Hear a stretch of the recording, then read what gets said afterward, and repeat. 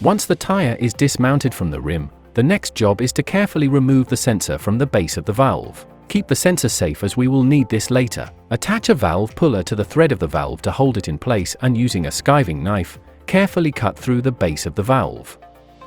Once ready, simply pull the valve through the rim to remove it. Identify the correct replacement valve. For this valve, we have a fastening torque of 1.4 Nm for the screw. Orientate the base of the new valve so that it fits into the sensor securely.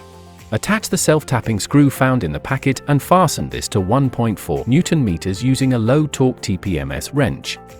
Wait for the torque tool to indicate that the correct torque has been reached. With the valve now securely fastened to the sensor, it's time to fit the assembly to the rim. Simply pass the valve through the rim hole, remove the valve cap, and keep this safe. Attach a TPMS valve puller to the threaded end of the valve. Pull the valve into place, ensuring a secure seating in the rim. When pulling the valve through, it is important to pitch the angle correctly. The valve must travel straight through the rim, but may also need to avoid snagging on any humps around the inside of the valve hole.